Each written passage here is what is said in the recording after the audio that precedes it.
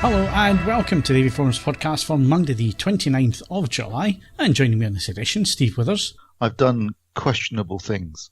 Ed Selley. If only you could see what I've seen with your eyes. And Kaz Harlow. The guests are enjoying an appetizer of raw oysters. The entree consists of boiled dog. And on that charming note, welcome back to the podcast. The podcast has returned. We've been on holiday as a podcast, but I suspect that only Steve has actually been on holiday. Is that right, Steve? Yeah, although whether you class it as a holiday when I spent a lot of it watching films. I don't know. A busman's holiday. It was only your choice. No. The weather was lovely. I sat in the garden and yes, I had a very nice time. I witnessed one of the most spectacular lightning storms I've ever seen in my entire life, if not the most spectacular. Was that England or Spain? England.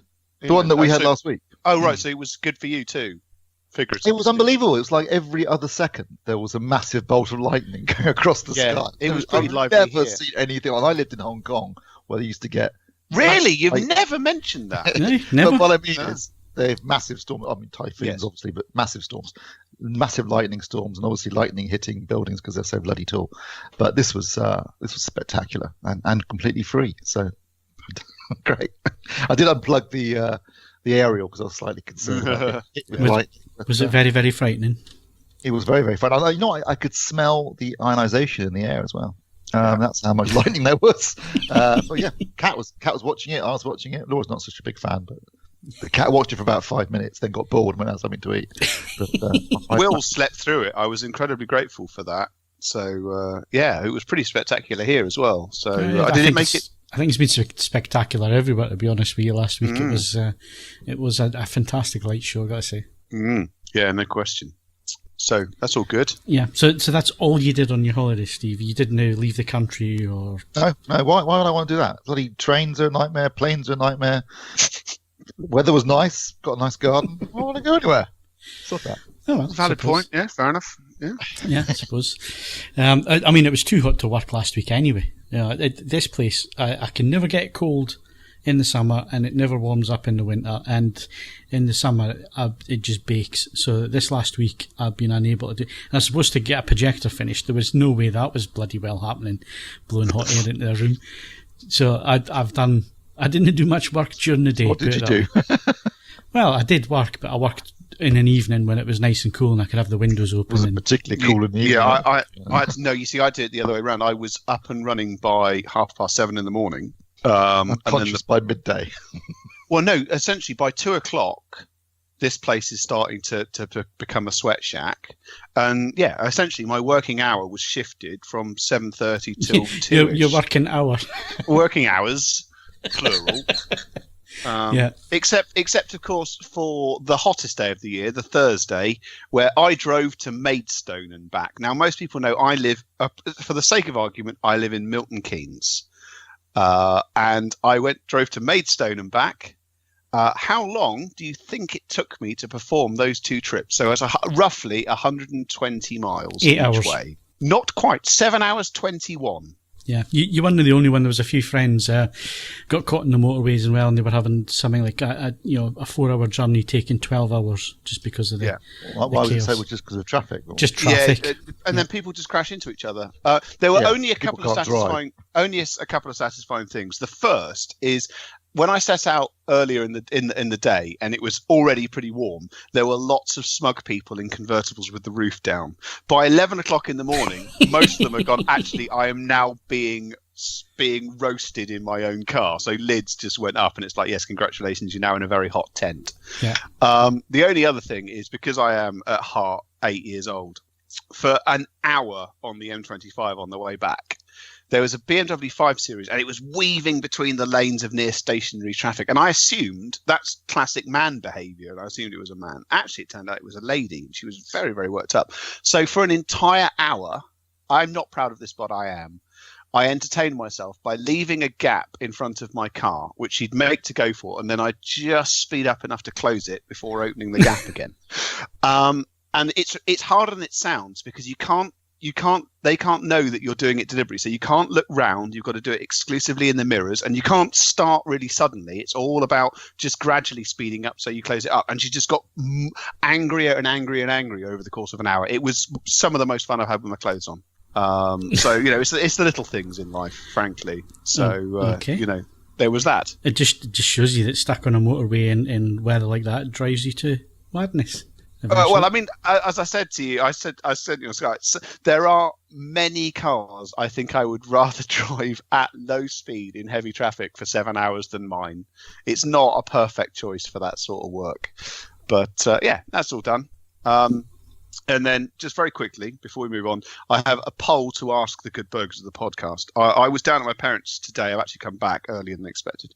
But this morning, in Hampshire, at 7:05 on a Sunday, somebody started mowing the lawn. And I simply want to know, I mean, I'm largely speaking not in favour of the death penalty, but I'm pretty sure I can make an exception for that. And the question is, do we just hang them or feed them into their own lawnmower? Because I just can't believe how blind to the requirements of others you'd have to be before you think, do you know what, I'm going to mow the lawn at 7:05 on a Sunday morning. I'm furious. Well, there you go, folks. I'll look inside the mind of Ed Selley, and we'll get more on that later on as we go on.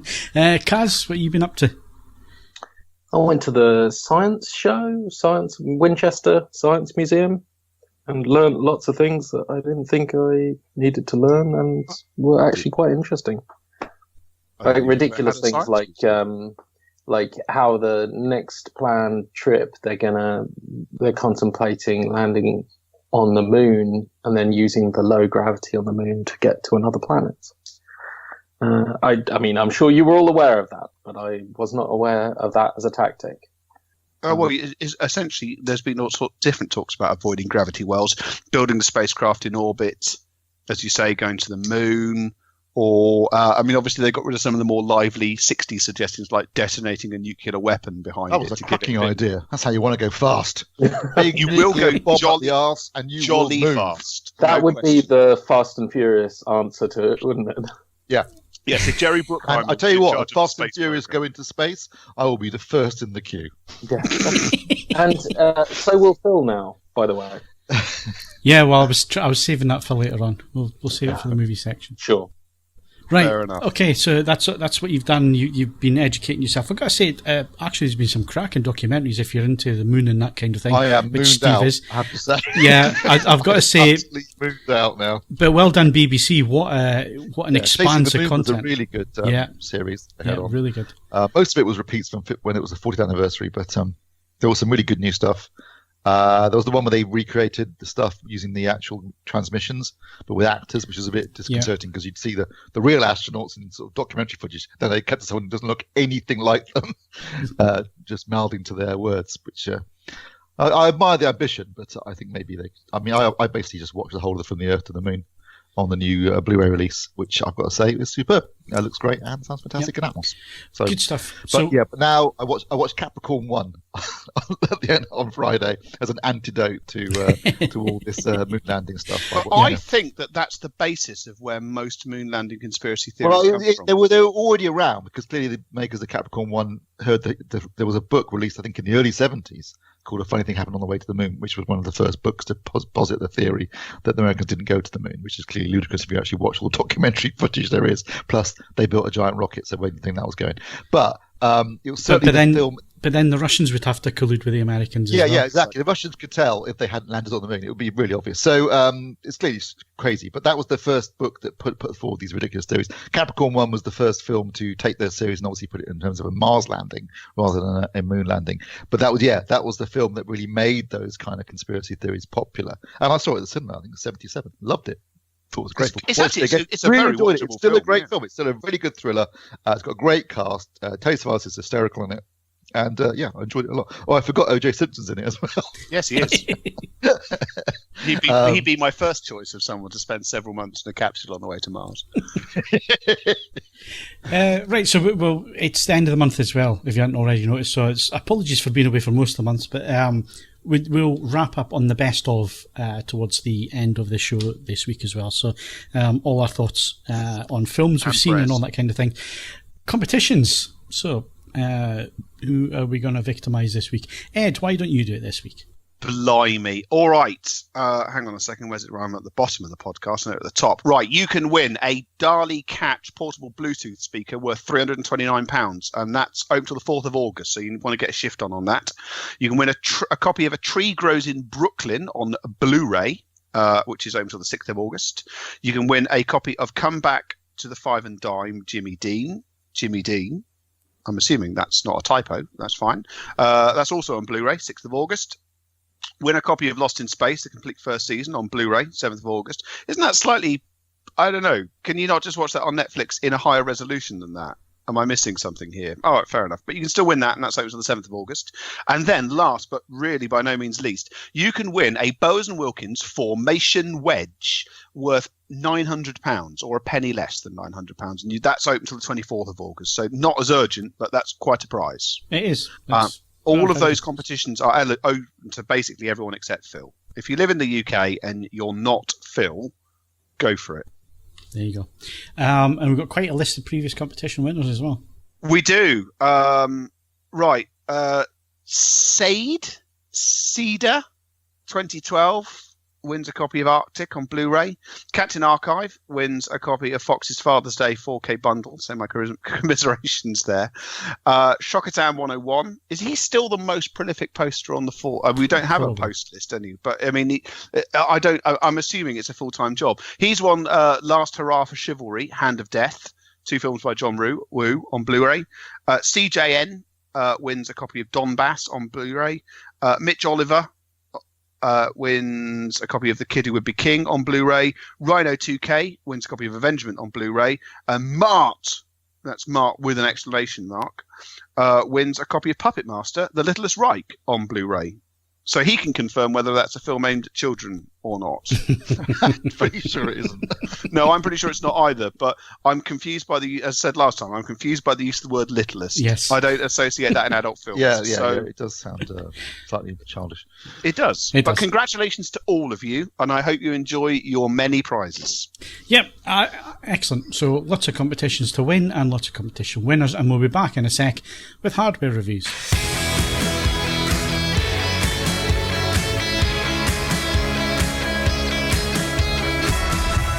Right, moving on to hardware reviews, and the podcast hasn't been around. It's actually allowed me to do quite a bit of work that I would normally be sat on a Monday editing a podcast. It's enabled me to do a little bit more of TV work, and I've got loads of TVs here for review, but one that popped up that I know everybody's going to be interested in is the first OLED TV from Panasonic this year, the GZ1500. So this is a step down from the GZ2000. The GZ2000 has the custom panel. This one doesn't, but it has everything else that's coming this year on a Panasonic OLED. I am not going to spoil the review. Think of this as a preview, because I would much rather, but obviously I know people will read the review, but I'd much rather people did read the review and the video to get the context of what I'm going to talk about. Because when we talk about stuff on the podcast, we tend to jump all around the place and forget to mention things and so on. So briefly, just going through what you do get. You get everything apart from the custom panel on this model, the GZ1500, and it's only available through John. Did you get the soundbar as well? Yes, I was just coming on to that, Steve. All right. So this is only available through John Lewis, so it's a retailer exclusive. So you won't find it anywhere else other than John Lewis, but it does have a soundbar, as Steve just alluded to, which sits underneath the TV. It's a little thin soundbar with stereo speakers. There's nothing special about it other than it is a little bit more beefed up. The forward firing speakers rather than downward firing on the lower models. It will play back Atmos as well. So it is fully Atmos compatible. Has Dolby Vision, it has HDR10+, it has HDR10, it has HLG, so it has everything covered there. In terms of formats that are being used, I mean, it doesn't have Technicolor, but I don't think Technicolor's ever been used on anything up to now in terms of consumer content, so it has everything that you could possibly want in terms of HDR. Measurement-wise, it measures as you would expect a TV to measure. And I think it's important to note here that it's really important that TVs are accurate out of the box. or try and get as accurate as possible to the industry standard out of the box. I've seen some comments recently saying, well, you should only review the TV that's been calibrated and so on. Well, there's no point in reviewing a TV that's been calibrated. You want to know what the TV is going to be like for the vast majority of users that are going to go out and buy a TV, and our reviews will always feature that. So I did go into some detail in terms of accuracy out of the box. This is a THX certified TV as well, which I wasn't expecting. There's nothing on the TV that says THX certified, nothing on the box that it came in, but when you go through the picture modes, the THX modes are there, so it's obviously a THX certified TV as well. So you've got those, you've got the professional modes, you've got True Cinema. So the other thing to note really, and I think this is important to talk about, certainly on an OLED TV, if anybody's seen an OLED TV next to an LCD TV, you will immediately be drawn to the fact that if you look at white colours or lighter colours on an OLED, there is a cyan tint to every OLED TV. It's the way that the panel's made, because it's an RGBW panel. It has a slight cyan tint. Even when calibrated, there is this slight hint of cyan or a light blue to proceedings, and certainly when you put it up against an LED LCD TV, they tend to be a little bit more red in their energy that you get from the LEDs. So there's a little bit more redness to things. So what Panasonic have done here is they've managed to get the white balance bang on. Now, I mentioned this when I spoke about the GZ2000 with the custom panel, and it's the same here. So whites actually look white. And when I say that, they'll look like a video white. And Steve will know what I'm talking about there. A video white should look like a piece of white paper held out in the midday sun. In Europe. In Europe. And that's the colour of white. And that's what everybody uses in the industry to set their white points. There's slight differences in coordinates for white, but there's no real variance. But Panasonic certainly got it right. And the whites don't have any cyan tint to them whatsoever, which makes a big difference especially if you've got TVs up against each other and sitting next to each other. It's something that you really do notice. So when I've had it sat next to the C8, even though the C8, when you look at the chart, you look at your calibration results, it's saying that its reference and the Panasonic's reference, they do have a different look to them, to the white balance. So I think Panasonic have nailed it. And in terms of accuracy, it's a Panasonic. It is accurate. And it's fairly accurate out of the box. So I said I wasn't going to talk about too long about it. I've got a quick question, Phil. It's not really to do with the performance of the TV. I'm just curious. If you've got a disc like Robin Hood or Alita Battle Angel, and you've got a player that does both formats, does it default to a particular format? Yes, it defaults. Well, I can only answer this because I don't have the Oppos here. I had to send my Oppo back, unfortunately, but I do have a Panasonic 820, which does both. And this was something that I was told by the engineers anyway, so I knew the answer to this one quite a while ago. But I still want you to try it out for myself because it's interesting. It defaults to DTSX. Does it? No, it defaults to HDR10 Plus. What you have to do, because I used Alita, and if you go into the setup, there's no preference, so you can't switch in the menu, which baffled me to start with. So you have to go into the menu on the 820, and this is only for the 820. I haven't tried any other players, and switch off the HDR10 Plus. Can you see any difference? I haven't done the side by side yet, so I did get 2 copies of Alita. Because there was picture. There was no way I was getting 2 copies of what Robin made. So I got 2 copies. You could have used to get hold of 2 copies of Spears of Munsell, I suppose, as well. Well, I've got 2 copies of Spears of Munsell, but what I wanted to do was test it with actual studio releases rather than a reference release. So yeah, but I mean, even doing that side by side, I'm waiting on the GZ2000 coming in, so I've got roughly 2 TVs that are the same. I'm going to speak to Panasonic, see if I can have them over a couple of days to do this. And along with everything else, and we're well off the review side of things now, but it's all going to come down to players. It's going to come down to the TV. It's definitely going to come down to the settings that are on the TVs. So yeah, I can calibrate them and try and get them as close as possible together and so on within my room. But then that assessment is only going to apply to my room, to my calibrated sets when I'm watching it. And I'm using 2 different players. I'm going to use an LG Dolby Vision player for the Dolby Vision and the Panasonic because it's the HDR10 Plus player that I have. That's the way I'm going to do it. and I can tell you the results, but whether that's going to be the same results for everybody is entirely different, because is HDR10 Plus going to be tone mapped the same on a Samsung TV than it is on a Panasonic, to the same as it is on a Philips? So there's going to be some pretty wide variances, I would With imagine. HDR10 Plus, there definitely will be, I think, because like you say, there's no standard. With Dolby Vision, it's an end-to-end closed ecosystem. So theoretically, at least, obviously there are variations, because unless you've had the TV calibrated, there may be slight variations because every TV is slightly different from every other TV, even from the same model. But yeah, theoretically with Dolby Vision, there should be very little variance because it's controlled from beginning to end. Whereas obviously with HDR10 Plus, it's open source, so there's more latitude. Yes, and one thing I did notice, so Panasonic have changed the menu structure this year on their TVs, and they have a dynamic HDR setting, and they also have HDR luminance setting. So they've separated them out, because I think last year that setting it used the analyzer in the TV to analyze your room and use that to set the brightness. They've separated that out, so one's kind of like a dynamic tone mapping, like the optimizer. Like LG. But actually, it's more like the optimizer on the player. On the players. Yeah, because obviously when I had to switch that mode and I had the optimizer and I was switching it on and off, it was making no difference whatsoever.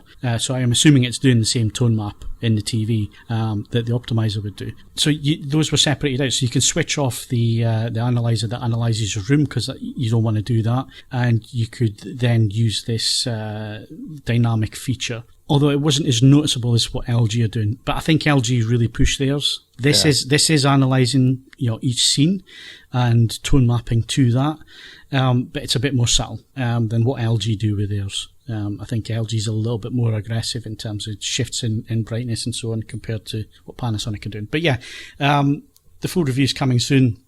It's a cracking TV. Is it going to be TV of the year? I think the GZ2000 is probably going to push that. And I think the important thing here as well to remember is that even though these are LG panels that are being bought from LG Display, the same as Philips buy and everybody else that does, Sony and so on, that do OLED TVs.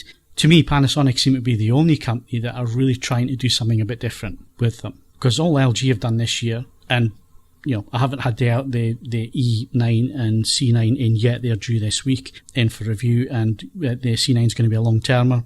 All these seem to have done is add 2.1, HDMI 2.1. Everything else seems to be the same. There are some tweaks here and there, but like moving the decontouring control into a separate menu control rather than being part of the MP no noise reduction. But essentially it's the same television. Yeah. And Panasonic are also making a big thing, and they did this at the Engineers' Day as well, as the blackness flickering in certain compressed material. So there was lots of talk on the forums of people seeing flashes in the darker areas and so on. Panasonic are guaranteeing that that's not on their sets. And I've run some pretty difficult material so far on the 1500, and I haven't seen any signs of it whatsoever. So it looks like they've looked at that and concentrated on that. The downside to that is it does look like it's clipping a little bit in the blacks. So it looks like the way they're getting around it is to have a little bit more time before it comes out of black. But I've yet to sort of sit down and really do the testing on that one. I really need to sit and do that. I haven't had a chance to do it yet. I take it the peak brightness is kind of in the same sort of it's in the ballpark range as the rest. All the other. Yeah, I mean, like I say, I'm going to try and keep as much as I can for the actual review, so people can have something to look at rather than just listen to the podcast bit. But yeah, it's where you would expect it to be, and it's a solid TV. It really is, and I'll go into it in a bit more detail in the review. How much is it? This one, the 1500, the GZ1500B, is exactly the same price as the SRP for the Sony AG8 at £2,299. Okay. For a 55-inch. Importantly then, Smart TV, it's the same My Home system. It's version 4. Really, really quick. Really nice. Simple but effective. Easy to use. Not as good as WebOS or Tizen, but it does the job. Or it's comprehensive in terms of choice of video streaming services. Yeah, I think the only one missing is Now TV, to be honest. An Apple TV, but I think that's exclusive to Samsung at the minute. But you've got everything else on there that you could possibly want. And if you wanted those other things, it's easy enough to pick up a media player these days to lob them on. So. To fill in the gaps. Yeah, and the good thing is that all the apps, so they are HDR. So you get HDR on YouTube, HDR on obviously Netflix, Dolby Vision, and you get Dolby Vision as well on Amazon now as well. I've noticed a few things. Yeah, on Amazon they've been bringing it into all their stuff now. Dolby Vision on there. So yeah, good TV. More in the review to come later this week. So there we go. Right, so we're going to move on to some citations. Let's go Ed first. You can talk about your citation. Yes, this has been an unplanned, it has to be said. This makes us look much slicker than we actually are, but there's going to be 2 Harman Kardon Citation reviews in close formation. I have been looking at the Citation 500. It's the largest single chassis stereo speaker as part of the Harman Kardon Citation range. And I believe that Steve has reverted to type and looked at the soundbar. The Citation 500, again, let's not spoil the contents of the review too much. It is a large, and it is pretty hefty, stereo speaker. It uses Google Assistant as its point of voice control. And it is essentially designed to... that's its primary point of contact. It's Google or Chromecast. Fundamentally, there's Bluetooth, AAC Bluetooth as a backup. But my main criticism of this product is that there isn't anything else. If you were looking at soundbar and thinking that's a bit expensive and I'd quite like more heft for my music, you can't. You cannot connect this product to a television or indeed anything else. And compared to some of the things we've looked at from Blue Sound and so on and so forth, that is a bit of a limitation. It's not, however, an entirely negative review, because I have to be honest, I was deeply impressed with how this product sounds. I mean, I'm a Luddite, a traditionalist and reactionary, choose your words to suit. But the performance coming out of some of these one-box loudspeakers over the last 18 months, it's genuinely enjoyable and listenable. And yes, of course, if you assembled a separate system, even if you did it at the close budget of these things, you could probably eke a bit more performance out, but that totally misses the point. It sounded unreasonably decent. And I have to say, I also think that Harman Kardon's done a superb job with the industrial design. I really like the choice of the fabrics. I say in the review, there's rivals that have gone for more exciting colours, and I'm sure that if you own a 5,000 square foot open loft with art on the walls or they'll probably look fantastic. In a normal room, Harman Kardon's chosen their finishes really cleverly, and it just looks. Has it got the kind of fabric finish? Yeah, the quad track. Yeah. It's nice. It's really good. This is my first long-term experience with a voice-activated product. Make of that what you will. I'm not convinced. As a hi-fi person, I'm not convinced. I think voice control is anti-hi-fi, and that's probably an argument for a completely different podcast because we've got lots to cover in this one.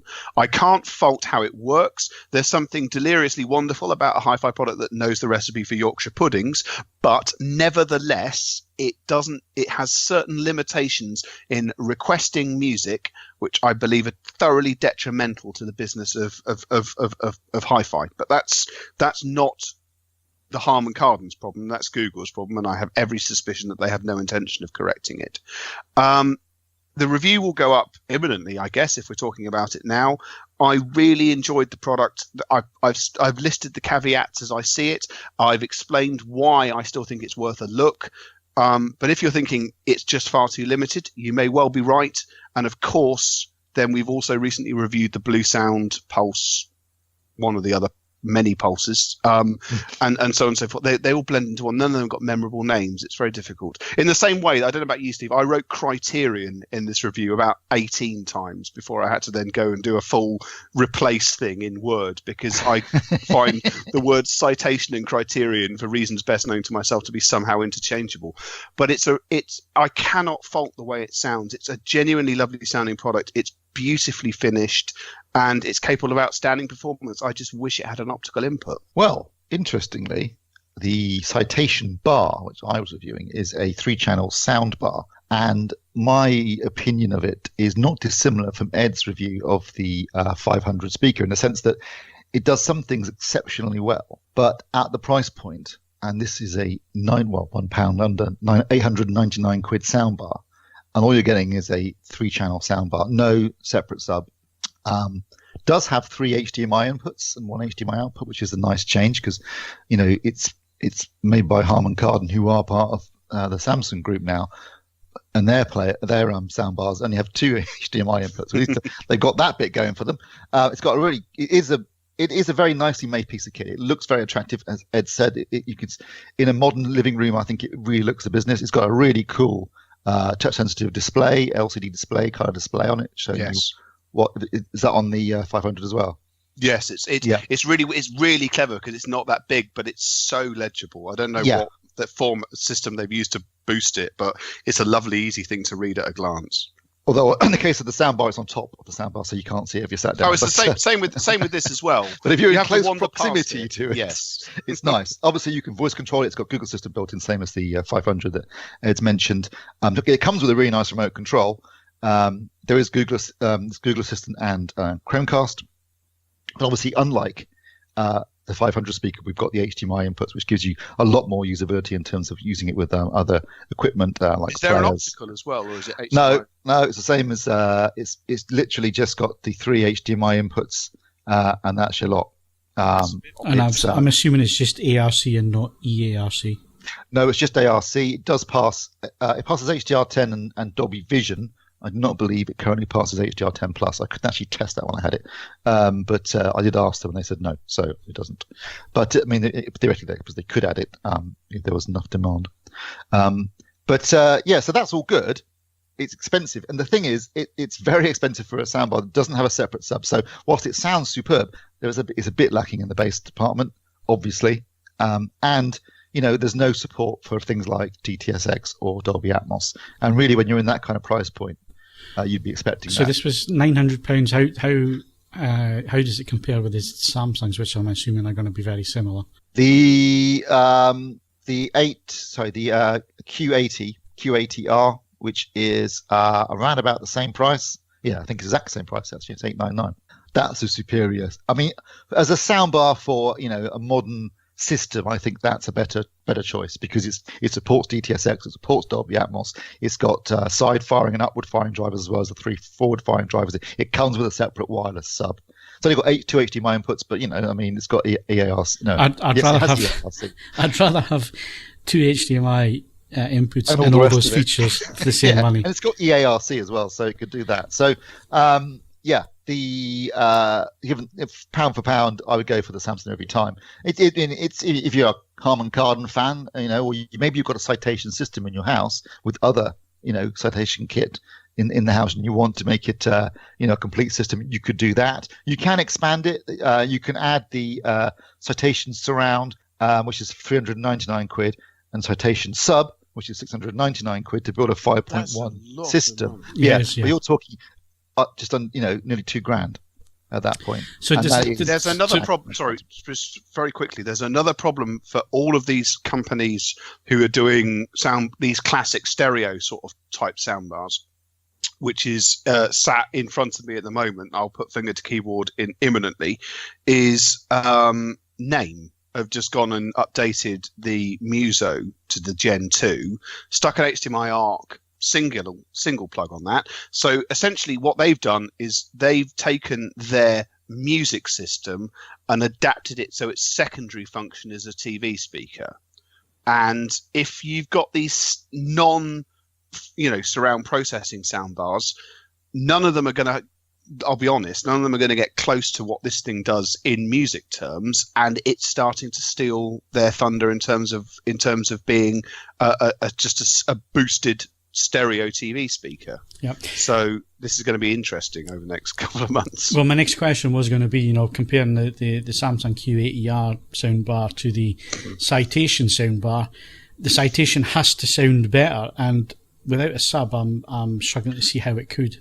It's I think if you just listen to the music on it without too much bass in it, it could sound better. It does sound slightly better, but overall, particularly when you're watching something like a movie or a TV series with a modern soundtrack, you're missing that bass. You are definitely missing that bass. And at 900 quid, that's a lot of money for. Yeah, I'm all about the bass. Well, it makes a big difference, particularly with movies. Yeah. Although I would say, just as an aside, I don't do full measurements for reviews like you guys do with televisions because I'm slack. Lazy. But nevertheless, I was intrigued with the Citation 500. It didn't, obviously frequency response, a good frequency response measurement is plus minus 3 dB. In room, on my just a box standard TV rack, the Citation 500 didn't dip below a 3 dB roll off until 47 hertz. It has, frankly, a ridiculous amount of really quite high quality low end for a one box loudspeaker, which makes it even more frustrating that you can't connect it to a television. It was really, really very annoying indeed. Yeah. So it's just irritating. And I would say that also gives me the opportunity to use a phrase in the review, which I probably never will have the opportunity to use again, which is the single phrase farm foods transmission line, which is a reference to what happens. Is that a band you like? No, it's what happens if you put it on something, a hollow wooden cabinet. You get this ridiculous augmented terrible bass. As I said, it's like a farm foods transmission line. So I was really pleased with it. Every now and again, you, as a writer, it doesn't matter what you're writing about, every now and again you write something and actually I'm really chuffed with that. Even if anybody else hates it, I like it. So I managed to get that phrase in, and I noticed that our long-suffering sub Andrew hasn't removed it, so he was obviously reasonably happy with it as well. So there you go. Right, so does the Citation wireless speaker get a badge? It does. If you want a voice-controlled loudspeaker, I think it's an excellent example of the breed. I think it gets, and also in sonic terms, just used up via Chromecast, it gets incredibly close to the Blue Sound we tested at £200 less. It just really, really could. If it had an extra set of inputs, it would clean up. It's just a momentarily frustrating thing. And the soundbar, Steve? If you want it for music and less challenging television and movies, then it's certainly worth a recommendation. But I think there's a lot of competition at that price point that can do a lot more for the money. Yeah, I think the price point's what kills that one, really. Mm. Yeah, I mean, at that kind of price point, you're looking at there's some all singing, all dancing stuff from LG. There's the SY9. Oh no, SL9Y. That's it. SL9Y, which is I think £100 less, and that's 4 channels at the front and upward firing drivers and built in a separate wireless sub. So yeah, that's not to be confused with the SL2, which is on a ragger tip. And that's got Google Assistant built in as well. So yeah, there you go. Yeah. Okay, well there you go. Short and sweet hardware reviews, getting us back into the swing of things, but obviously we've got loads of products. And let's face it, we've been terribly guilty about basically reading our reviews out to people, and that's not the point, is it? We've written the reviews, so go and read the reviews. We've given you some edited highlights. Absolutely, and I use this section really, if people haven't realised in the podcast, to talk about the offshoots of the products that we're talking about. So obviously HDR10 Plus versus Dolby Vision, that's something that's going to go on and on and on. It's interesting, and it's interesting because the Panasonic's one of the first TVs on the market to do both. And then you've got two very different speakers, but from the same company, doing 2 different jobs. And we're not going to be that slick next week. Don't worry. No. Yeah, I don't want to build up expectations. Accidentally on message. Yeah, but I've got a feeling we're heading into the best of the month and all the rest of it, and the films and stuff. We're going to go off on tangents because there's lots and lots and lots to talk about movie-wise. Lots of things have happened. So we'll go to that next.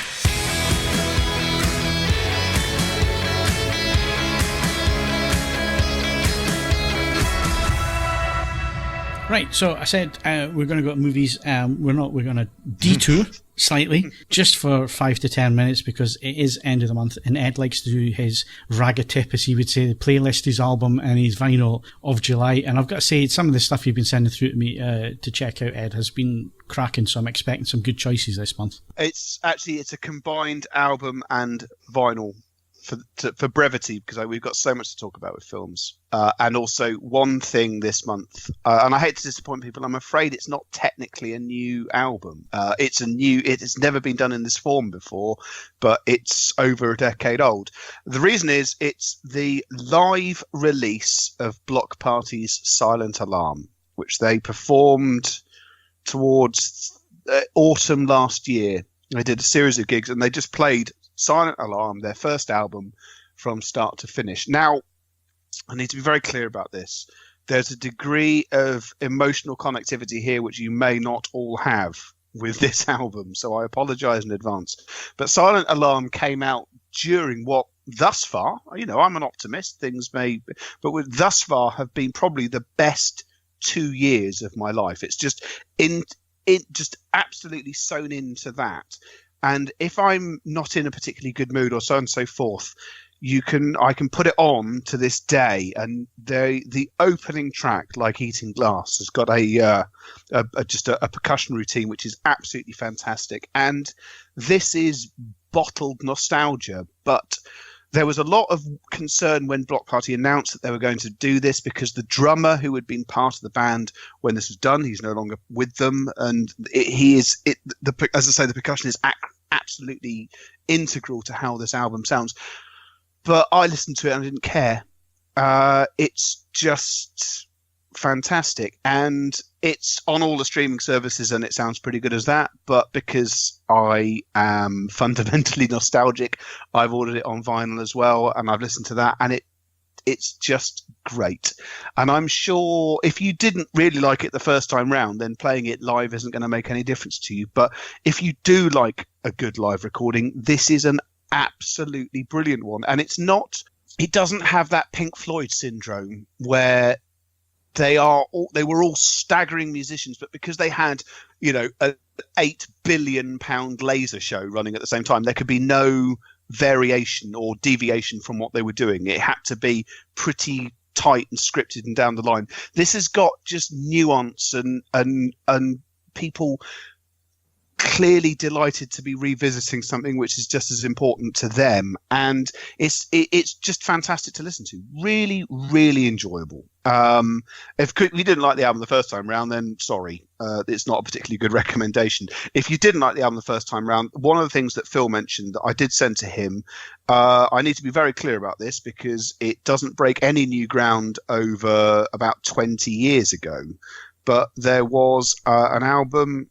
And the artist, this probably should be a warning. He's called Hot Since '82, and the album is called 8 Track, and it's a double album. And it's just basically it sounds like the one and only time I went to Ibiza, but it's done with enough finesse to be quite enjoyable. I think last week's weather helped as well. Yeah, it's definitely sun related. It needs to be sunny for it to work. But I thoroughly enjoyed that. And then playlists. I actually, because I've spent 27 years in my car recently, that puts me pushed back towards Deezer. Deezer's got a constantly updated playlist called Experimentalist. And I really enjoyed that whilst I was sitting on the M25 going almost nowhere. It crosses over the cusp of some indie, some breakbeat, sort of electro, some rock and things like that. It gets a lot of stuff done. Thoroughly enjoyed it. So as ever, if you don't have Deezer, remember that if you message me if you can't get onto Deezer, and I think you can look at the website and see the URLs of these things, but you can use a piece of software called Soundiz, and you can convert a playlist on any streaming service over to any other streaming service. So I thoroughly enjoyed it. Once again, Deezer and Qobuz, and to a lesser extent Spotify, doesn't do really, they do constant update fixed playlists. I'm just increasingly concerned that Tidal's entire curation team has been taken out the back and shot because there's not a lot going on there at the moment, which I always find momentarily concerning. But, like I say, I mean, I didn't bother renewing Tidal because I was using Spotify. Wasn't using it, so there's no point in having it really. And like you said, the strong point used to be the playlists for me, and it went downhill pretty quickly. Yeah, it's at the moment. I'm afraid that what was their major advantage just isn't there at the moment. I don't want to pretend that actually, with the noble exception of Deezer, who I believe didn't lose money last year, all of these things are still losing money hand over fist. And the only companies that can continue to do that indefinitely are Apple and Amazon. So make of that what you will. So enjoy this whilst it lasts. But yeah, that was the playlist. But no, I hope at least some of you like Block Party's first album as much as I did. If you haven't heard that live version of Silent Alarm, just get onto it as soon as you can, because it's just nostalgia-rific, basically. What was the other one you sent me, and it really just was it Above and Beyond? Yeah, hold on a second, I can't remember. The problem is I can't bring up. Yeah, that was good as well. I mean, there's a lot of good summery music on at the moment. I would also say, if you are a vinyl buyer, I think I mentioned it last time round, the Tom York solo album Anima, the vinyl release for that. One, it's a lovely orange colour, which shouldn't matter, but it does. I mentioned it as being on Netflix, and I thoroughly enjoyed the Netflix short of it, but I think it's a great album. I honestly, in many regards, prefer Tom York's solo work to Radiohead's Full Fat albums, which I know is a contentious position. But Anima, that's still a great listen. I mean, Not the News, which is one of the headline tracks in the Netflix piece. It's just fantastic. It's just so unsettlingly brilliant. And yeah, it's just, we should be thankful that there's just so much good stuff. So when it's too hot to go outside, either film or music, you're laughing. Yeah. Well, the forecast is rain for next week, certainly up here anyway, for most of the week. Well, stay indoors and keep watching the media. Yeah, so yeah, that's it. And obviously go to the cinema, because there's a big cinema release coming this coming week. I know that Steve's going to he'll have his ticket booked already. IMAX on Friday night. Yeah, told you. Are you fizzing at the bung? I am indeed. Right, so before we get there, film reviews, films that we've seen over the last 2 weeks. And I've been to the cinema twice. One night, it was actually a Monday and a Tuesday night, so one after the other. And I went to see Jaws, and I also went to see the 20th anniversary of The Matrix. It was in the same screen for both, which is a 4K projection screen with Atmos and everything else. Jaws looked absolutely stunning. Now, we've seen the limitations of its production. We've seen this restoration, because it was the Wetgate restoration that they did for the Blu-ray release. Yeah, it was exactly the same restoration that got shown here, but it looked like it had an HDR grade, Steve. There was certain sections, sun behind the clouds and so on, that I thought. Yeah, I was thinking this. I was wondering that myself. Yeah, a couple of shots where I thought, is this on an HDR grade? Obviously the projection wasn't in HDR, but no. I mean, I'm hoping this is a precursor to a disc release later this year. Yes, I think so, because it wasn't an anniversary release. No, because that'd be next year. 1975. Yeah. So 45th was it'd be next summer for the 45th. I watched it though and just thought. I mean, I saw it. I did see it at the cinema. It would have been in early 76 in the UK, even though it came out on my birthday in 1975 in the States.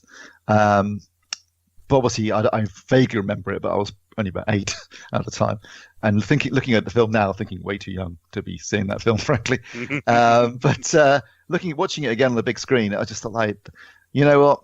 They don't make them like they used to, do they? Yeah. That was a proper film. Yeah, and my screening was absolutely packed out. I was really surprised. There was a good crowd in there.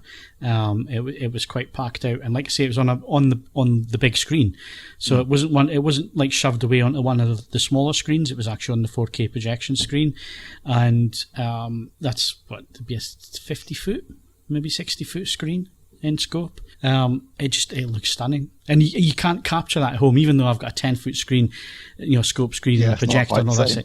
No, it's never going to be. It's never. You can't really capture that, and seeing it on the big screen, it did. It was a great experience, as was The Matrix. Even though I've got the 4K disc at home, and like I say, I've got a 4K projector, and a 10-foot screen and all that. Still going to the cinema, going into that screen again, 4K projection, and it looked great. And there was 4 of us in that screening. But it was on all week, so I could understand that, whereas Jaws was like a one-off. So yeah, I've been and seen some old films on the big screen, and I've got to say, it was just a different cinema experience, because you've seen the film before and so on. I just think it's a bit more relaxing. The crowd on the Monday night for Jaws was great.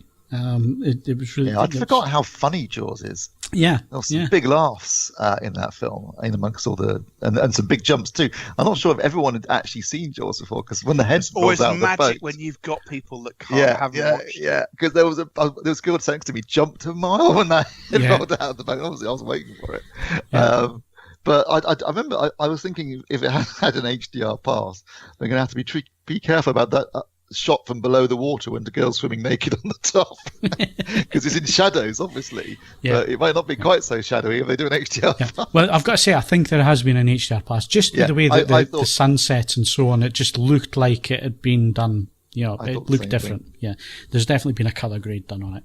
Because I don't remember the disc looking as good as that either, like the restoration disc. So yeah, I saw two old films. I'm going to the cinema this week, obviously, to see the same thing. You're going to go and see, Steve. But did you catch anything on your 2 weeks off? I didn't know. I didn't really. There was nothing I particularly desperately wanted to see. So the one I wanted to see, which was The Dead Don't Die, it didn't get a screen. No chance of seeing that. Yeah, that was the one film I fancied seeing, but wasn't showing any screens anywhere near me. Yeah, I don't know where that was screening, but it wasn't anywhere near me. Otherwise, though, yeah, The Lion King. I was going to go and see The Lion King, and then I read the reviews, and basically, it's exactly the same film, only with CG rather than cell animation. And I thought, I'm getting really annoyed with Disney milking their back catalogue.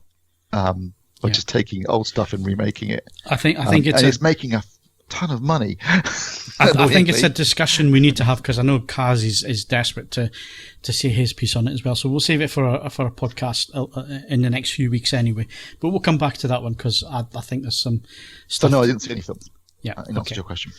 Did you go and see Jaws or The Matrix, Kaz? I didn't. No, I think the Matrix trailer put me off. So I've seen the trailer lots and lots of times before lots of other movies. The 20th anniversary return to the cinemas. And the trailer just looked horrifically washed out. And having seen the Dolby Vision home cinema version, it was the same version that's on disc. It looked good on a 60-foot screen. No, I'm sure it was. It's just the trailer made me think, well, what if they haven't got the color timing right for the finished cut? They can't even get the trailer right. I'm not going to go and see this. What did you see at the cinema then, Kaz?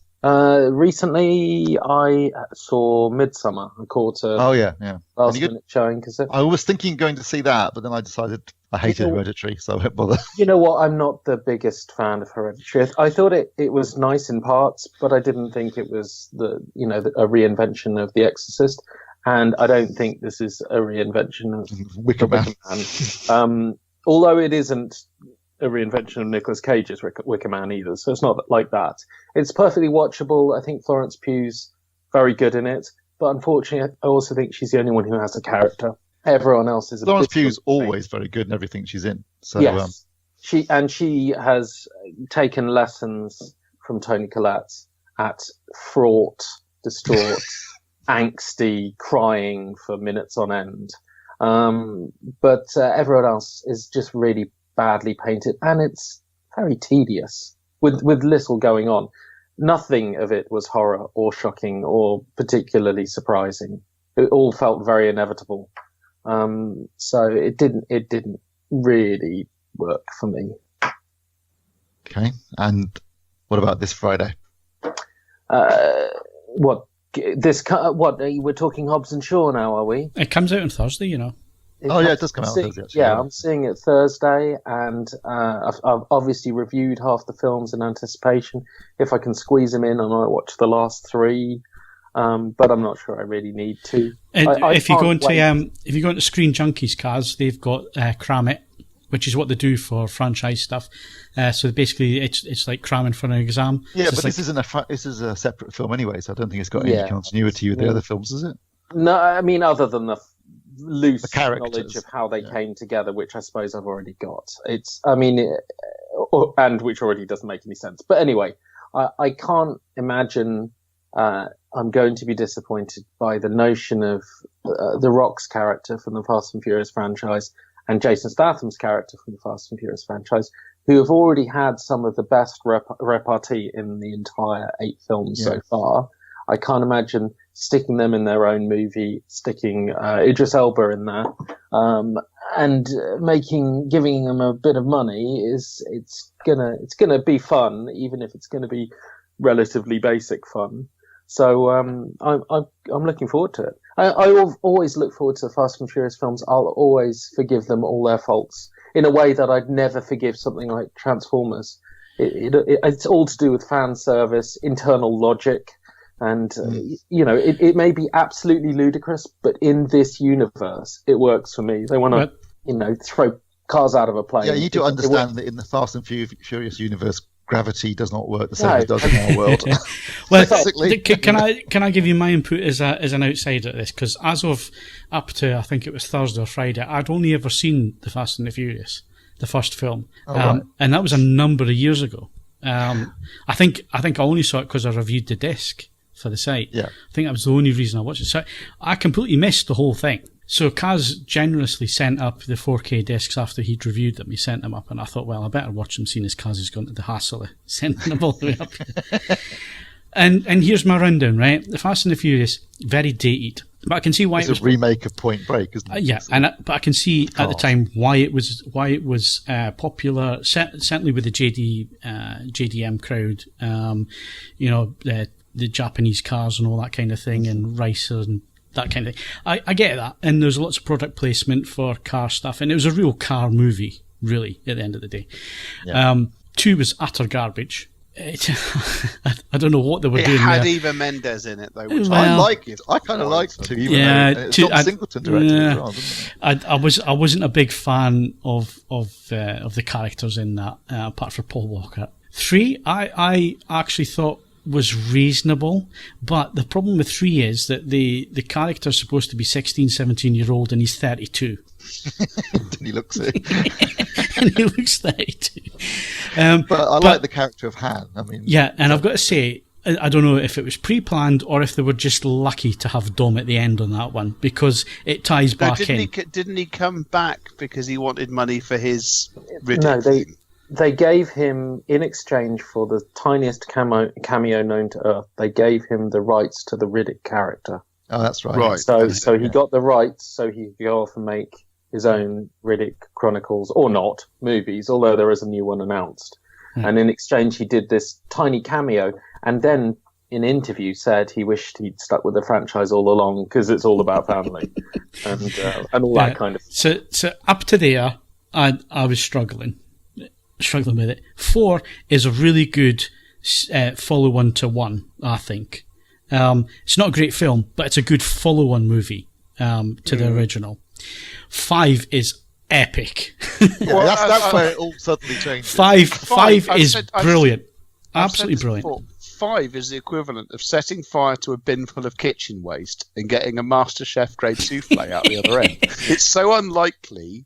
Yeah. But nonetheless, yes, it's genuinely bizarre, but thoroughly entertaining. Yeah. And then 6 and 7 try to recapture that lightning in a bottle, and they kind of do it a bit. What it's turned into, for me anyway, is like Mission Impossible, but with cars.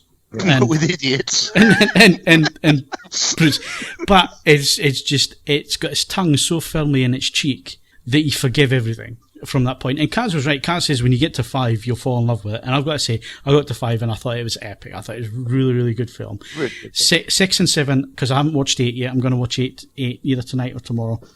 Up to the end of 7, and I thought they handled the whole Paul Walker thing really, really good at the end of that. I was wondering how they were going to do it, because I've never seen the films, and I thought the way that they handled that was really quite good. I don't know if that influences on 8 or not. I don't know. I haven't been there yet. The only thing that I got confused with, because I hadn't seen the films, was the whole Shaw thing, because Shaw in 6 is not. Shaw in 5 is not. Shaw's brother in 6. Yeah, it's Luke Shaw. It's Luke Shaw, not Deckard Shaw. Yeah, and then Statham appears in. And then Statham at the end of 7, he appears in a scene at basically the end of the 3rd film, because the chronology is a bit messed up. Yeah. Yeah. But actually, this is why I think they've been lucky, because they had Dom do the cameo at the end of that. They've managed to make that work. Yes. So your time periods are a little bit off, but it works that way. I especially like it when the bloke from 3 comes back for, is it 7? And he's Congratulations. now 48 years old. Yeah. Yeah. Yeah, that scene where he's standing on the edge of the car park talking to Tom about Han, and you're thinking, that guy's 42. Supposed to be 17. You can't help that, but you know. But yeah, I'm actually looking forward to Hobbs and Shaw now. So yeah, everything you've said so far is very, very on the money when it comes to Fast and Furious. But I think 5's definitely the it's the high water. the high water mark. mark. Yeah, absolutely. Yeah. Okay, so It's so if good anybody it's not hasn't on Netflix noticed, Hobbs and Shaw's out on Thursday of this week. So go and see that.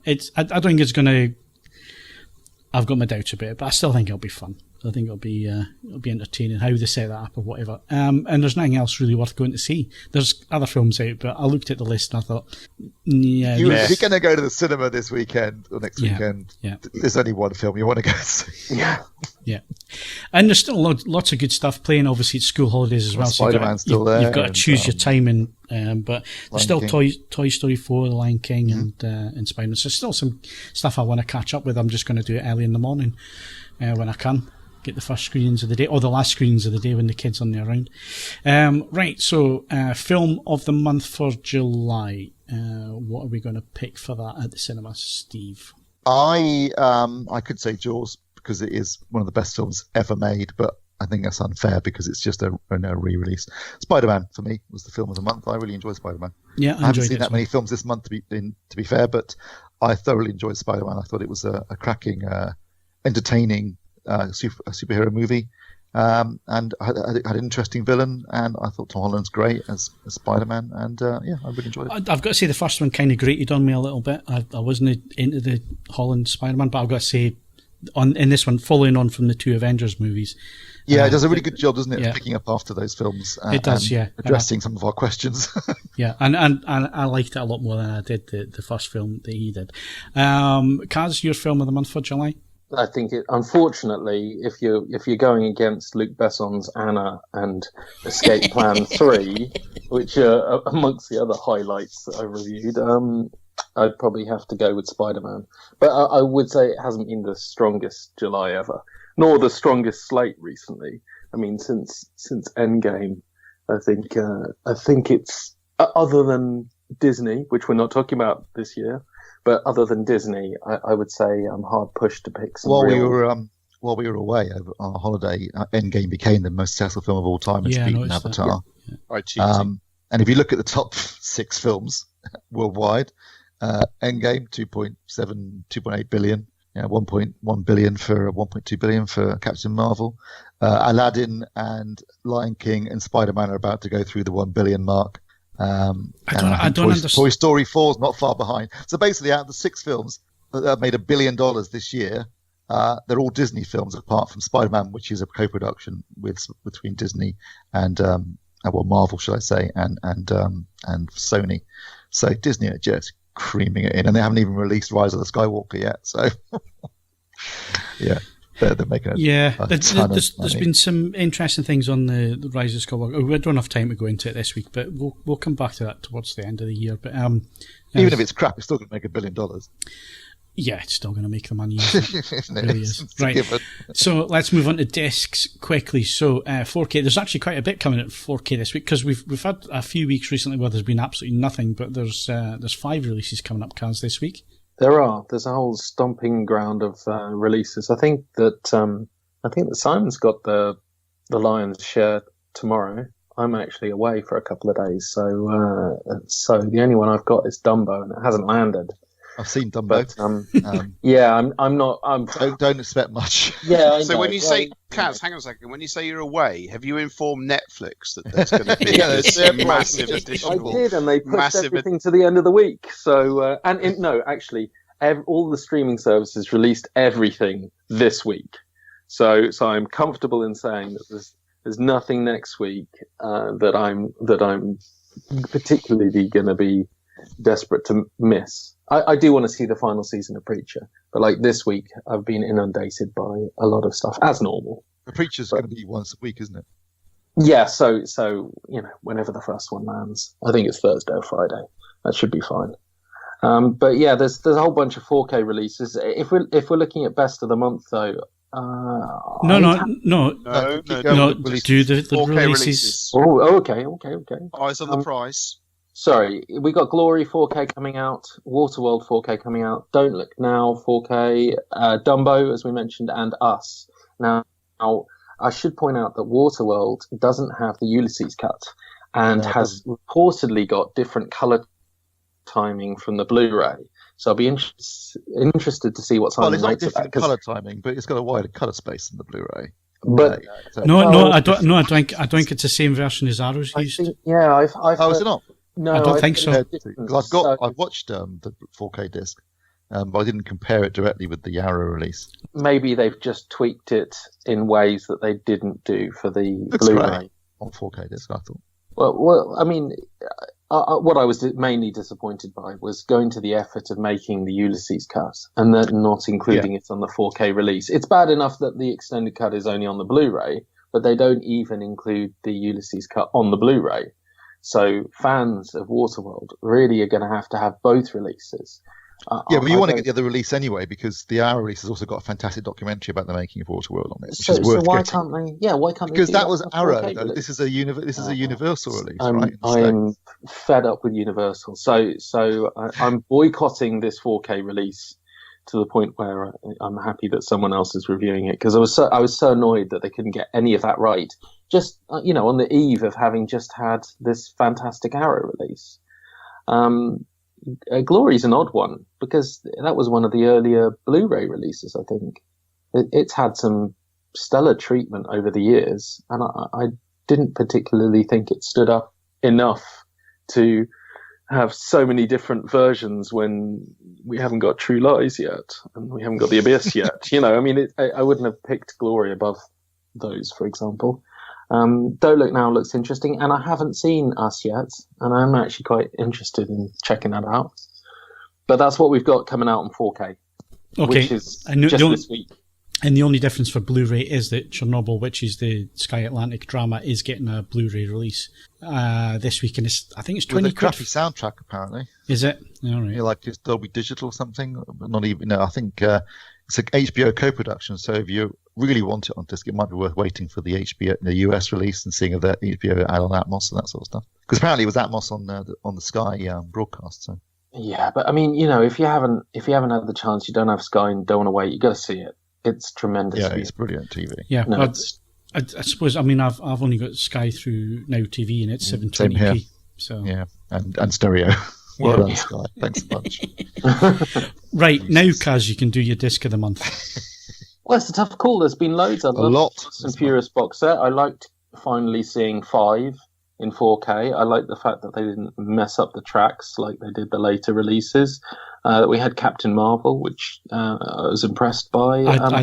I don't get Captain Marvel at all. Like the film, I don't mean the disc, but the film. It seems really, really odd. I think it's just a classic in inverted commas Marvel origin story, which it feels like we're way past. But it feels very. It was almost like they had to rush it because they wanted to use her in Infinity War and Endgame. And then she didn't do anything in she didn't. Anyway. She disappears, didn't she? Well, I've got to go and study. What was it? Earthquakes or something, or seismic activity? Yeah, it was strange. I don't know what they could have just saved her for Phase 4. I think. Really. Yeah. It's a weird one. That. Yeah. I'm not the biggest fan of her interpretation of Marvel. I like Larson. I've seen her in some good stuff. Not least Short Term 12 was what first brought her to my attention. But I think she's a really good actress. But I think she plays Marvel as too entitled, which recently having comes over as horribly smug films. Yeah, I mean, if you watch Robert Downey Jr. in the first Iron Man film, before any of this had come to pass, he is very arrogant, but he has something to back it up. And he also almost instantly gets put in a horrific situation, which he has to fight out of using his intellect and what limited resources he has. And that immediately attaches you to the character and endears you to him, even though he's in a lot of respects a prize class arsehole.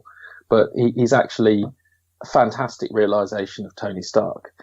Marvel has no flaws, and considering that and I'm going to say this without spoiling anything, considering that if you look at the story to Marvel, she makes a monumental mistake in terms of who's really the enemy across the course of the story. And at no stage does she stop and go, oh, I just messed up a lot there. I should maybe consider my actions going forward and who I've decided is good and bad. She just comes across as being so powerful that she's entitled to just be above it all. That's the thing for me. I think it's the tone of the character, because if you compare that to what Holland's doing with Spider-Man, that's really, really grounded, realistic, all the rest. And then you jump to Marvel, it seems really strange. Yeah, it's like batting heads, really. And even Superman, who is the DC equivalent, really, because I mean Marvel is very Superman-ish. He has some kind of humility to him. He might be super powerful, but he has humanity to him. Certainly the Christopher Reeve version absolutely nailed that. So I feel a little bit like a part of it's Larson's fault for embracing this character as being just a really entitled and stuck up her own ass. Let's be honest, when the film gets stolen by Samuel L. Jackson, de-age, and a cat, you know you've probably got issues. But that was the best thing in the film. The other thing about it is I find that when you talk like this about any of the movies, you've got to be really careful in this day and age, because am I allowed to not like Brie Larson's interpretation of Captain Marvel? I mean, I like her as in her previous films, but if I talk about her not being very good in Marvel, you tend to get jumped on. I think that's where anything. That's just the internet in 2019. If you've got an opinion about anything, somebody's got a country opinion, and they're gonna jump all over it. And unfortunately, that's just, and it's the way things is going at the minute. So unfortunately, anyway, so that's your disc of the month. Steve, what's your disc? Well, no, that's not my disc. Hang on. It's not his disc. He hasn't finished. Disc. I think he's got a long list. I thought that was great. Sorry, my disc of the month is Alita. Oh, great. Without a doubt, my disc of the month is Alita. Sorry. Okay, that's mine as well. So I'll just get that in there. I thought it was fantastic. I actually really enjoyed it. I think that you can see Cameron's influence. I think Rodriguez does a good job. I think it's bridged that uncanny valley in a way that a lot of other movies didn't. It's fantastic visuals, some great ideas. It blends a lot of other films without feeling like it's unoriginal. But I think its failing point is it decides to make itself the first of many, and we may not see another one. Yeah, that just upset me. To me, that was the weak point. The final third, the whole setup, getting there was really well done, really well handled.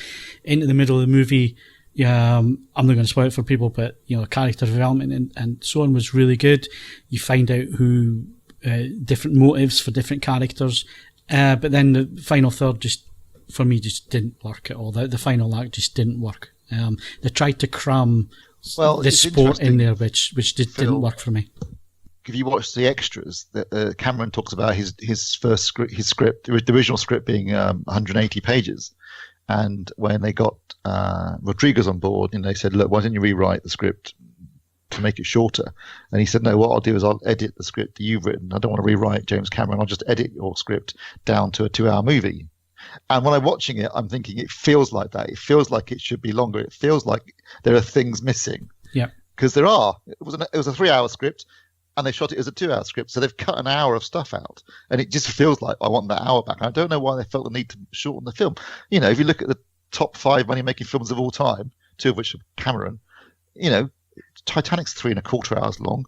Avatar's 2 hours, 45 minutes long. Endgame's 3 hours long. So why did you feel the need to truncate something? But make it a longer movie? They did it because these days it's all about a franchise. But I think I know they're setting up as well, which is a mistake. Make a good film. Yeah, that's the thing. So the mistake here is I don't mind if they want to make plenty of these films, but make one film which stands by itself so you can watch it by itself.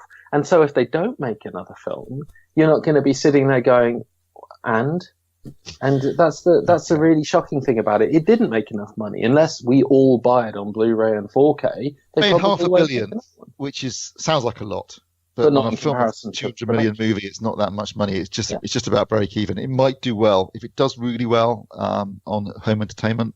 We might see another one, but I mean, Cameron's busy. I can't see him driving it. Yeah, or writing a script. But he's busy on sequels. Avatar, 7, 8, 9, 10, 11, 13, 14. Yeah, they don't need to exist. This is what's annoying because Cameron is such a good movie maker, but he's burying himself into this project, which I think is a big mistake. He thinks, because he mentions this in the Alita documentary. He says, I decided not to do Alita because I want to do more Avatar movies because I think right now with the way the world's going, it's important that I get a message across, and these films are message films. So that's his reasoning. But yeah, you're right. For a filmmaker of his talent, the fact he's only made 7 movies ever. Is it 22? This, True Lies, Titanic, 8. Well, 8 if you include Piranha 2. 8 movies in his entire career. He's slacking, frankly. Put your finger out, Jim. Yeah, and we want the disc releases for Abyss and True Lies. Yeah. The Abyss, right. Mainly. What's yours, Steve? Well, I mean, obviously Alita's awesome. Looks fantastic, sounds fantastic. And I did enjoy the film, even though it's got its flaws. Waterworld, we've already mentioned, and you mentioned Fast 5 and Fast and Furious, and I think you mentioned Captain Marvel. I really, really enjoyed, because I didn't get to see it at the cinema, but I really enjoyed. I don't think it's out in the UK yet, but I really enjoyed Shazam.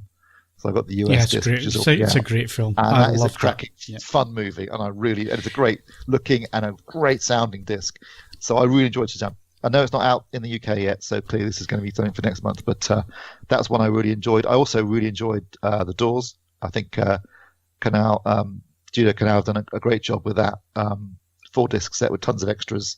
And I'm going to say a new cut of the film, but he's basically just cut one scene off at the end. You get both versions anyway. But that looks and sounds fantastic. It looks better than it's ever looked before. I've always thought it looked a bit strange on some disc releases, oversaturated colours and not really great transfer. This looks awesome. And the soundtrack, the Atmos soundtrack, it puts you right in those concerts in a way that it never has before. So that's a really great disc if you haven't had a chance to get it. But me personally, because of the current anniversary, the HBO release of From the Earth to the Moon, I mean, the fact that they redid the effects in 2K, restored the original camera negative footage, and did an Atmos soundtrack. I was hoping they'd do that, but I didn't think they actually would. And the fact that they did makes that my disc of the month. Cool, good. So we got a good mix of discs there. It's been a good month, and I've been looking at some of the releases coming up in the not too distant future. Seems to be some big discs coming, Steve. Well. Oh, no, hang on. I was going to say Endgame, but that's actually the beginning of September, isn't it? But that's coming at the beginning of September, so that's not too far away. Middle of August if you're in the States. Let's get Apocalypse Now. I was just going to say, I can't wait for it. I haven't booked my ticket yet because it's only an IMAX screening, and I don't want to commit yet because I don't know what I'm doing on that week, so I can't commit to it yet. I think it's the 15th of August, just one day, but I booked my ticket.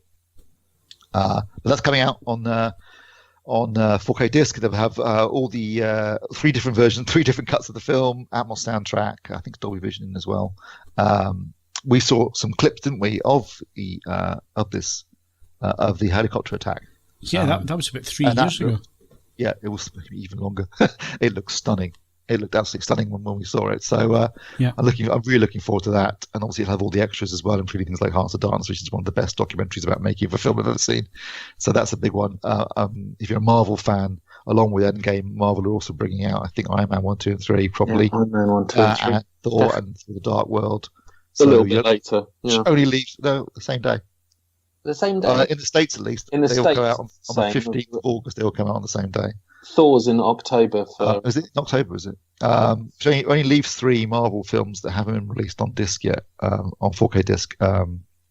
Guardians 1, Doctor Strange, and Ant-Man 1. I was looking on Amazon. These boxes seem to be pretty good value. I think they're about $37.99 on Amazon, $38.99. It seems like good value for 3 films per box. Yeah. So on 4K. And they'll have Atmos tracks and that sort of stuff. So worth checking out. So there is some big films coming, obviously, and for me, definitely Endgame and Apocalypse Now are my 2 highlights. Okay, good stuff. And we'll wrap up the movie side of things, release side of things. Streaming wise, anything coming out this week, Kaz? We got the final season of Preacher. which I enjoyed, but I loved the comic run, and I lost faith in the TV series. I have to say, the third season did come the last couple of episodes. Yeah, there was a lot of hanging around in the same place, which I hate when they do that. It's too much treading water on the assumption that they're going to get 10 seasons out of the material, which they arguably could have done, but now it's been cancelled. Well, sorry, it's been told it's got one final season. It's a lot of material to get through for the fourth season. So it's a bit disappointing, but hopefully knowing that it's the last season, they'll come good on it. I'm beginning to really get put off watching new TV series, unless I know it's going to be unless it's something like, say, Elementary, which is back now, because that's a one and done show. Each week, it's like a comfortable pair of slippers. You know exactly what you're going to get. Someone gets murdered in a bizarre way. There are sometimes little arcs within the story, yes, but generally each episode someone gets killed in some bizarre manner, and then Sherlock has to work out what happened. And I really, really enjoy that. And I don't have to. And if they cancelled it tomorrow, I don't feel like I've missed out on some overriding story arc. I used to enjoy Burst of Interest for much the same reason. It had arc things that went whole seasons, but fundamentally each episode largely closed off, and I always used to enjoy that exact same thing. Unless you're talking about, so Preacher's a good example where there's lots of material they could be adapting, but it's not going to get done now. Whereas, say, The Expanse, they're based upon books. I thought we were going to be okay with Game of Thrones because it's based upon books, but they hadn't written the last two books as they went off piece and ended up being a disaster. So I'm just getting to the point now. We can talk about it when we talk about The Boys, but I'm getting really sick of TV series that don't have an ending, basically. Yes, I can see how it can go off the rails, but good examples of where it works out. Gotham had a good end run. I was quite pleased with how they rounded that out. It didn't feel like it was a particular rush, and I thought they did it justice considering where it came from. And I have faith in The Expanse because of how it was brought up by the guy in Amazon, because he likes it. It feels like all the money, basically. Yeah, it feels like you can have faith in my Expanse, Kaz. We get up with the film news. Yeah. Let's go into film news. So Preacher final season, that's out this week, streaming wise. Right, film news. There's a bit to get through because it was the San Diego Comic Con while we were away on our holidays. So there was a few trailers dropped. First one was Top Gun Maverick. Got to say, in terms of a trailer, it did its job. God, yes. Fantastic. The photography looked, Tom Cruise is going to kill himself one of these days, isn't he? Was he flying that bloody jet? No, it looked like it. He was a two-seater and he was in the back of the plane. Yeah, but the deal is he can't fly a military aircraft that's in service. And the rumor is that he may have got a decommissioned F-14 to fly in it. There was certainly one in the trailer. There was, but that looked distinctly CG to me. No, it wasn't CG. That looked like it was kosher. Well, then, who knows? That could be the thing. But in all the shots we see him, he's really in a plane. Can we be clear about this? Enough for me. With Tom Cruise now, it's like that the bloke that the villain that Robert Carlyle played in the particularly bad "The World Is Not Enough" Bond film. It's just going to become stronger and more powerful until the day he dies. And we're going to be partly responsible for his death. I think the only reason we watch Tom Cruise movies now is to see how far he pushes himself. But yeah, it sold. It definitely sold the film. But was it that sequence at the beginning with Ed Harris? Ed Harris is 11 years older than he's 110. Yeah, he does. Yeah, it's like Tom Cruise is now just sucking the energy out of other people on screen with him. Do you think they used that face up on him? That's maybe what they did. Poor old Ed. Maybe you can say, well, good old Ed, he's not having any work done. And I'm assuming Tom's had a bit of work done because he looks the same as he did in bloody Top Gun. But Ed did look, next to Tom Cruise, he did look ancient. Yeah. The thing is, I wanted to hate that, and I watched the trailer and I can't. I know what you mean. There is a horrifying feeling that I might make one of my incredibly rare trips to the cinema. Because sorry, Colin. You go.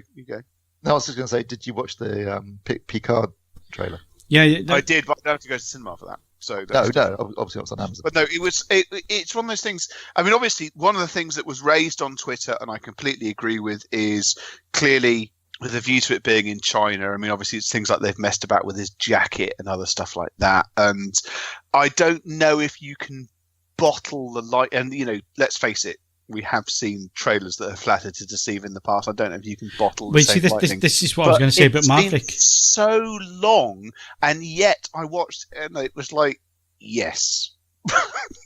Did you? Because I had the complete opposite reaction. I thought, oh no, this is going to suck balls. I don't know. I wasn't interested in it at all until I saw the trailer, and I thought, oh, hang on, I'm quite looking forward to this now. Really? Well. Yeah. I thought Discovery sucked balls. I thought the second season of Discovery was utterly ludicrous. I'm not watching that again. Well, don't discuss anything because I haven't quite got to the end of it yet. Don't get hopeful. Can we be clear about this, Phil? I don't think it's going to be. I don't even think it's going to achieve the Fast Five accidental brilliance thing. I think it's going to do exactly what it says on the tin, which is going to be like essentially someone setting fire to two M80 flares 8 inches in front of my face for 2 hours. But it just again, it might flatter to deceive, but it just takes you back to a simpler time. Yeah, I'm sure it'll be. I'm sure it'll be. Phil talking about? Was Phil talking about the same trailer? Well, are we still talking about Top Gun? Because we said suddenly dipped off into Star Trek. No, we were talking Picard trailer. Yeah, we're talking about Picard, and I said I thought it was going to suck balls. But I was going to say the Maverick trailer did a really good job of selling the idea of the film, but I think the film will suck balls. I can't see where they're going to go with it. Yeah, it's going to be. I mean, let's be honest. I'm not be controversial. Top Gun's not a very good film. No, it was never a good film. It's nostalgia. Ever made. It's just got some really cool. I don't know. I did watch the original Mechanic with Charles Bronson and Jean-Michel Vincent. That actually may well be the gayest film ever made. Gayer than Top Gun. It's gayer than Brokeback Mountain. In terms of sizzling, repressed homosexuality, it's a solid 18 out of 10. Yeah. Otherwise, it's not in any way a good film at all. Yeah. So I think both of these, the Picard and Top Gun, they're working on the nostalgia thing. That's what they're doing. Yeah, but the thing is, that's a wonderfully useful thing to be mining right now. Let's face it, it's as much a sense of how things are portrayed to us. But if you're sat here in either Europe or the US and 24-hour-a-day media is persuading you that the world is going to hell in a handbasket, parts of your childhood coming back and going, things aren't so bad. It's irresistible. Yeah, I'd agree with that. Yeah, why Netflix have just made a TV series based on the Dark Crystal. Exactly. Yeah. No, that was a crap film to begin with, but it's one that I love because I saw it as a kid. I got the 4K disc recently and watched it again, and my God, it was a bad film. But obviously, when I saw it as a kid, great, fantastic. So you were probably a bit less critical when you were younger too. Yeah, obviously. Some more nostalgia. At the moment, nostalgia. We are in times of uncertainty, unhappiness, and confusion, and giving us little bits of happier times back in film form is. I'm afraid I think it's going to become more. There is the obviously the alternative nostalgia as well, because we've got Jay and Silent Bob coming back. Any interest in that? 90s nostalgia. Yeah, I'm really looking forward to that. Well, I love the pair of them. I mean, before I reverted to using my real name on AVForums, my username was a reference to how Snooks to Boots. Well, tons of fun. It was how Jay frequently referred to Silent Bob across many of those things. Life partner. my hetero life partner. Yes, I have actually used that to someone years ago. I got very very confused. Yeah, I'm looking forward to it, and I'm glad to see that Ben Affleck was in the trailer, because I mean they've kissed and made up along well. Yeah. My worry is that. Obviously, I am delighted that Kevin Smith is now a lot healthier than he was, but he doesn't look like Silent Bob anymore. No, he doesn't. No, absolutely not. They're going to have to put him in a bodysuit, aren't they? They're going to have to fat suit him or CGI him up. He just doesn't look right. But I'm very pleased that obviously he does. He looks really healthy. He's looking really good. Thankfully. So yes, that's. I'm not going to say Kevin get the weight back on to do the role, because that's just twattish, just the first order. But he doesn't look quite like Silent Bob. Yeah. Other things, well, the last thing really sort of to talk about in terms of movies coming up and so on, Marvel did announce Phase 4. I have no interest in this, whatever. I didn't see any of it. Can we be clear about this? It might as well, let's forget the announcements. It was like, we'd like to make another $10 billion. Yeah, give us all your money and sod off. Yeah. But was because one of your complaints, Steve, and I think Kaz as well, was where did they go from here at the end of the Spider-Man? Did it give you any ideas as to where they're going with it? Well, I think that they've announced a whole bunch of films, which, in my most positive way, I would say will hopefully be a bit like Guardians were for many people. So when I heard about Guardians, when I heard about Guardians being released, I had almost no interest in it. I think it came off the back of maybe Winter Soldier or something. I can't remember what a more serious Marvel entry. And I didn't have much interest in space, Build-A-Bear, but it was phenomenal. And so I'm hoping that a lot of the announced films, things like The Eternals, which even the poster looks pretty odd for. I don't know anything about The Eternals. No, exactly. Very minor. But big stars in it. Angelina Jolie's in it. Of course they've got. They can get whoever they want. But money. What I mean is that it doesn't at the moment hold any interest to me. But it could be another Guardians, which I think is what's interesting about their game plan. What does maybe have interest to me, maybe more than Natalie Portman taking over as Thor, is Doctor Strange and the Multiverse of Madness with Wanda, Scarlet Witch in it.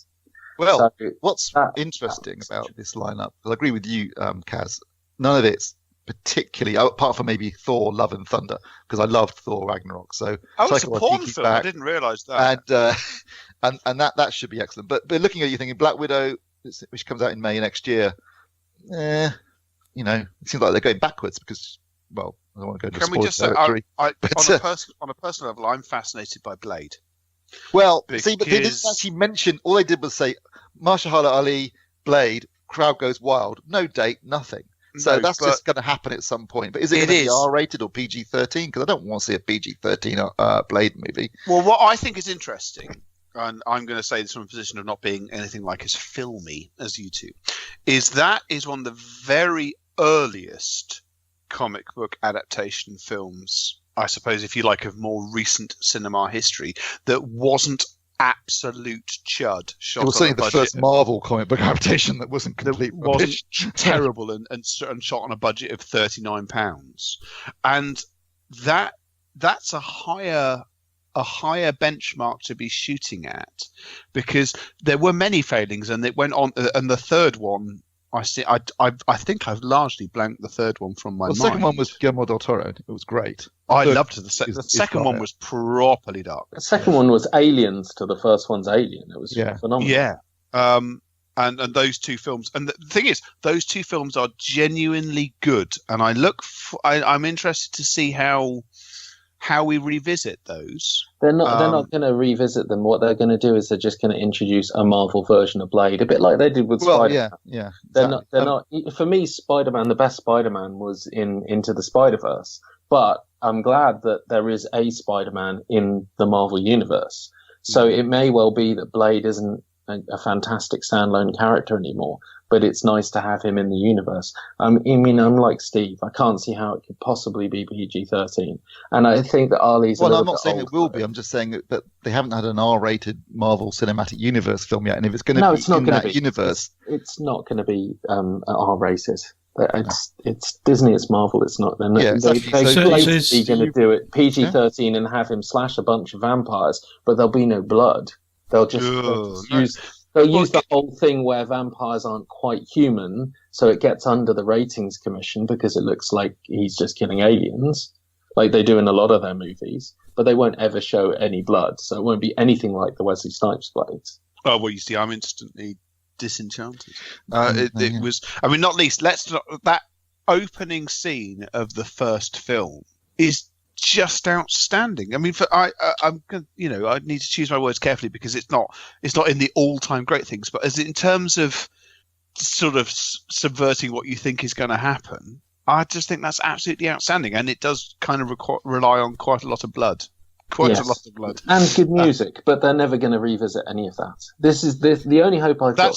Just in case, if you care about that first tune in Blade is after a considerable amount of time off streaming services reappeared a couple of weeks ago.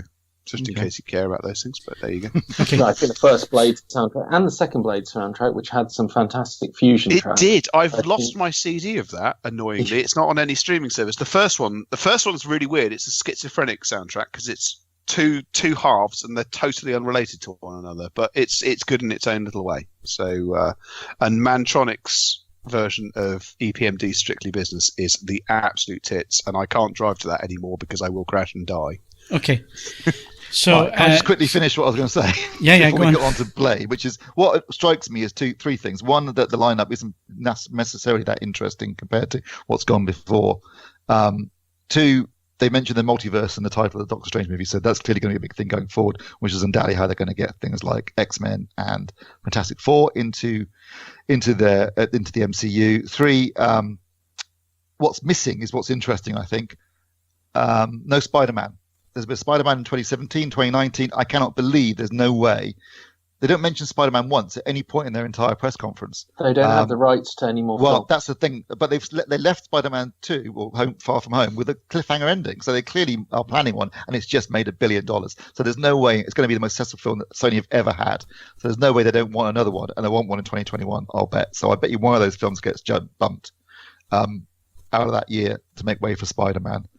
And the other thing that's interesting, and this is really clever of them, is the way that they're working the TV shows now into the movies. So we've got Black Widow coming out, then we've got Falcon and the Winter Soldier on Disney Plus, then you've got the Eternals, then you've got Shang-Chi and the Legend of Ten Rings, then you've got WandaVision, which is another TV series for Disney Plus, but that one's going to actually directly lead into Doctor Strange. So you have to watch a TV series before you see the movie. So again, and then they've got Loki coming out before Thor on Disney Plus. So if you were already getting Disney Plus just for the Lucasfilm stuff, you're going to have to get it for this stuff, because this isn't just like the TV stuff they've been doing so far. This is actually using the film stars in film-related stuff. What's going to happen to UK audiences who can't get Disney Plus until 6 months after? Well, it comes to the US at the end of this year, so by the time we get to the UK, it's going to be in time for Soldier. Well, I mean, if it's Disney, there's no licensing issues that I can see, so they could launch it a couple of weeks after the US if they wanted to. Launch as quick as they want. But they've announced launching it next year for us, I think. Well, when next year? Early next year? It's irrelevant. I think it's 6 months after the UK. I think it launches in November in the States, so we're talking about what sort of May time then? Yeah, first quarter. It should be fun. Interesting echo there. Yeah, I'm sure they're going to be very successful, but yeah, I've got to say I'm not familiar with a lot of the characters they've announced. So, right, okay, that's a film news. What we're going to do is we're going to put the best of TV to next week. What about Rutger? We're going to talk about Rutger. That's why we're moving TV to next week, because we're way over time here. So, yeah, why don't you go ahead, Steve, with the news about Rutger? Well, yeah, sadly, Rutger Hauer passed away. I think he was 73. Interestingly, he died in 2019, which is the same year that Blade Runner set in. So if he died in LA in November 2019, that would have been perfect timing on his part. But yeah, inconsiderate bastard. It's 75. 75. Okay. Well, yes, not that old these days, is it? I didn't even know. I think it was a short illness, so it must have been something he hadn't, as far as I'm aware, up until very recently. He'd been perfectly healthy and working quite a lot, looking at the number of films he's made in the last few years. So, yeah, it's a shame, though, because obviously Rutger Hauer is an iconic actor from my childhood, and I'm sure you guys too. Yeah. Not just from Blade Runner, of course, but also I remember seeing him in Nighthawks, which was a Sylvester Stallone movie. He was the villain in it, and that was a year before Blade Runner, and I remember him being really, really menacing in that. Obviously, he was fantastic in The Hitcher. He was in Lady Hawk, which I love. I remember seeing him in the remake of Yojimbo, Blind Fury. It's not one of his highlights, but I absolutely loved him in it. The cheesy, blind, modern samurai. I loved him in a really cheesy film called The Salute of the Jugger, which is a personal favourite of mine. Well, if we're doing obscure Rutger Hauer, he was also in a TV adaptation of a book called Hostile Waters, who plays a Russian submarine captain, and he does it extraordinarily well. He earned the actual Russian submarine captain on whom he's based says, yeah, that's pretty damn good. Did he do it in a genuine Scottish accent? I'm afraid if you were asking him for one ping only, you don't get that. But it's nonetheless it's a really understated and lovely performance. So yeah, the man had serious acting chops. It is a shame, but he is going to go down as a Blade Runner. That is going to be what everybody remembers him for, and rightly so, because it's like Quint's speech in Jaws. His ending speech in Blade Runner is just, it's one of those cinematic classic moments, and it's always going to be around. Yes. Didn't he have to make up some of this? Oh, it's largely improv. Yeah. So that's what really, that's what really stands out, is that we might never get something like that again, because that wasn't scripted. That was neither was Quint's thing.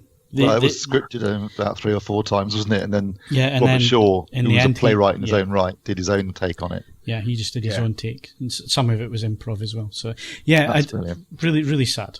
Really sad. The irony is that it's so iconic that if mankind does actually crack interstellar travel, something somewhere will end up being called the Tannhauser Gate. Yeah.